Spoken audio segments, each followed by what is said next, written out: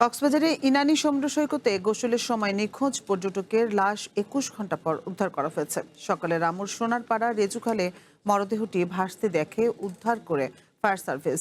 Police জানায়, শনিবার দুপুরে ইনানী সমুদ্র সৈকতে বন্ধুদের সাথে গোসলে নেমে নিখোঁজ হয় সায়েম। তিনি চট্টগ্রাম জেলার হাটহাজারী উপজেলার কুয়াইশ এলাকার বাসিন্দা। ফায়ার সার্ভিস, কোস্টগার্ড এবং বিচ ম্যানেজমেন্ট কমিটির কর্মীরা যৌথভাবে অভিযানে মরদেহটি উদ্ধার করেন। পরে মরদেহটি আইনগত প্রক্রিয়ার জন্য রামু থানায় পুলিশের কাছে হস্তান্তর করা হয়েছে।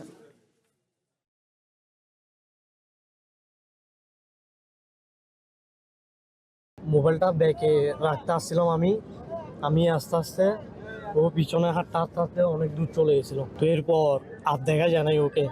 আমাকে ডাক দিয়ে বলছে, ভাইয়া ওকে একটু বাঁচান। আমরা যেখানে দাঁড়িয়ে আছি এখানটা হচ্ছে খুবই পাথর বেশি রয়েছে এবং খুব ঝুঁকিপূর্ণ। বিচের মধ্যে ওরা দুজন নামছে, দুজনের থেকে একজন পানিতে ছিল, আরেকজন মোবাইল রাখার জন্য, গোসলে নামার জন্য ওরা ওই আরেক বন্ধু সে মোবাইল রাখতে গিয়ে পরে পিছনে ফিরে দেখে যে ওরা বন্ধুর খোঁজ পায় না।